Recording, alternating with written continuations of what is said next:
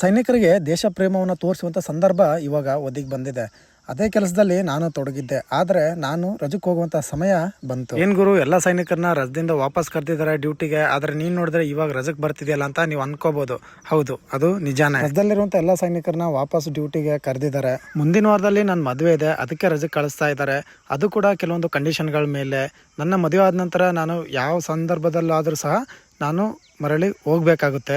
ಬಿಡಿ, army rules regulation ನಿಮಗೆಲ್ಲ ಅರ್ಥ ಆಗಲ್ಲ. ನಮ್ಮೂರ ಕಡೆ ಹೋಗೋಣ ಬನ್ನಿ. ಎಲ್ಲ ಕೆಲಸ ಮುಗಿಸ್ಬಿಟ್ಟು ನಾನು ರೆಡಿ ಆದೆ ಏರ್ಪೋರ್ಟಿಗೆ ಹೋಗ್ಲಿಕ್ಕೆ.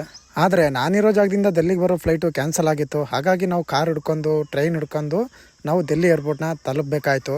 ಕೊನೆಗೂ ನಾವು ಡೆಲ್ಲಿ ಏರ್ಪೋರ್ಟಿಗೆ ಬಂದುಬಿಟ್ಟು ನನ್ನ ಫ್ಲೈಟ್ ಬಂದುಬಿಟ್ಟು ಇಲ್ಲಿಂದ ಗೋವಾಗಿದೆ, ಗೋವಾದಿಂದ ಬೆಂಗಳೂರಿಗಿದೆ.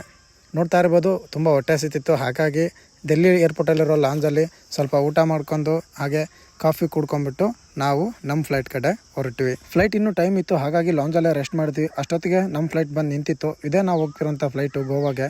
ಅಂತೂ ಬಂದುಬಿಟ್ಟು ಒಳಗಡೆ ನಮ್ಮ ಸೀಟಲ್ಲಿ ಕೂತ್ಕೊಂಡ್ವಿ. ಕೊನೆಗೂ ಗೋವಾ ಏರ್ಪೋರ್ಟ್ ತಲುಪಿದ್ವಿ. ಕೆಲವೊಂದು ಬ್ರಿಟಿಷರ ಒಂದು ಭಾವಚಿತ್ರಗಳಲ್ಲೆಲ್ಲ ಹಾಕಿರ್ತಾರೆ. ಈ ಏರ್ಪೋರ್ಟು ತುಂಬ ಖಾಲಿಯಾಗಿರುತ್ತೆ, ಬರೀ ಫಾರಿನರ್ಸ್ ಜಾಸ್ತಿ ಇರ್ತಾರೆ ಈ ಏರ್ಪೋರ್ಟಲ್ಲಿ. ಗೋವಾದಿಂದ ಬೆಂಗಳೂರು ಕಡೆ ಹೋಗೋ ಫ್ಲೈಟ್ ಬಂದಿತ್ತು, ಹಾಗಾಗಿ ಹೋಗ್ತಾ ಇದ್ದೀನಿ. ಕೊನೆಗೂ ನಮ್ಮ ಬೆಂಗಳೂರು ಬಂದು ತಲುಪಿದ್ವಿ. ಒಂಥರ ಖುಷಿ ನಮ್ಮ ಕರ್ನಾಟಕಕ್ಕೆ ಬಂದ ಕೂಡಲೇ. ನೋಡ್ತಾ ಇರ್ಬೋದು ನಾನು ಬಂದಂಥ ಫ್ಲೈಟು.